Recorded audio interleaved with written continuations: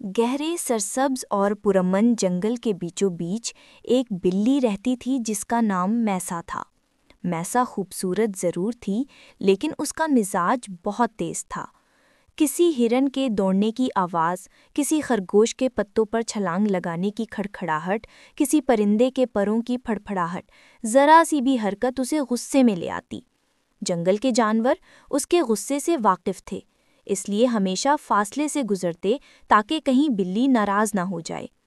ایک رات جب چاند آسمان میں پوری روشنی کے ساتھ چمک رہا تھا اور جنگل ٹھنڈی ہوا سے بھر گیا تھا، ایک چھوٹا مگر شرارتی چوہا ٹونو درختوں کے درمیان کھیلتا پھر رہا تھا۔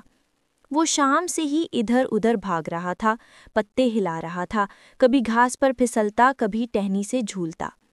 ٹونو ہنسی مذاق کرنے والا خوش مزاج، جیسے ہی وہ درخت کی لٹکتی ٹہنی سے نیچے چھلانگ لگا کر بھاگا، اس کی آواز سیدھی میسا کے کانوں میں پڑی۔ میسا غصے سے اپنی جگہ سے چھلانگ مار کر باہر آئی اور زور سے بولی، کون ہے؟ رات کے وقت شور کیوں مچا رکھا ہے؟ ٹونو سہم گیا لیکن اس کا دل صاف تھا۔ اس نے فوراً ہکلاتے ہوئے کہا، میں تو بس کھیل رہا تھا، میرا ارادہ آپ کو جگانے کا نہیں تھا۔ میسا نے تیز نگاہوں سے اسے گھورا۔ مجھے تم جیسے شور مچانے والے جانوروں سے سخت چڑ ہے، میری نیند خراب ہوتی ہے۔ ٹونو نے دل ہی دل میں سوچا کہ بلی سخت ہے مگر شاید اسے صرف دوست کی ضرورت ہے۔ اگلی رات وہ چپکے سے میسا کے گھر کے باہر ایک خوبصورت پھول رکھ گیا، پھر کسی رات میٹھا جنگلی بیری لایا، پھر ایک دن بلی کے پاس بیٹھ کر خاموشی سے چاند کو دیکھتا رہا تاکہ اسے تنگ نہ کرے۔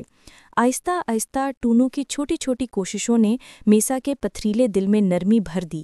وہ پہلے کی نسبت کم غصہ کرنے لگی، کبھی کبھار مسکرا بھی دیتی۔ جنگل کے جانور حیران تھے کہ ایک بلی اور چوہے کے درمیان دوستی پروان چڑھ رہی ہے، مگر وہ سب اس تبدیلی سے خوش تھے۔ ایک دوپہر اچانک جنگل میسا نے پوری طاقت سے دھاڑ ماری۔ اسے ہاتھ لگا کر دیکھو۔ اس کی آواز اتنی طاقتور تھی کہ کتا پیچھے ہٹ گیا اور چند لمحے بعد گھبرا کر بھاگ گیا۔ میسا نے ٹونو کو اپنے مضبوط پنجوں سے باہر نکالا اور اسے سینے سے لگا کر کہا، میں تمہیں کچھ نہیں ہونے دوں گی، تم میرے دوست ہو۔ ٹونو کی آنکھوں میں خوف کی جگہ خوشی آ گئی۔ وہ کانپتے ہوئے بولا، اور تم تو میری سب سے بہادر دوست ہو۔ اس دن کے بعد میسا کا مزاج بدل گیا۔ تب وہ پہلے والی غصے والی بلی نہیں رہی تھی۔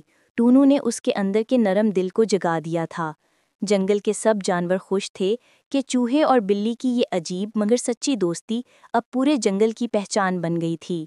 چاندنی راتوں میں جب پتیاں آہستہ آہستہ سرسراتیں تو دور سے میسا اور ٹونو کی ہنسی سنائی دیتی، اور جنگل جانتا تھا کہ غصے سے بھری بلی اور شرارتی چوہا اب ہمیشہ کے لیے بہترین دوست بن چکے ہیں۔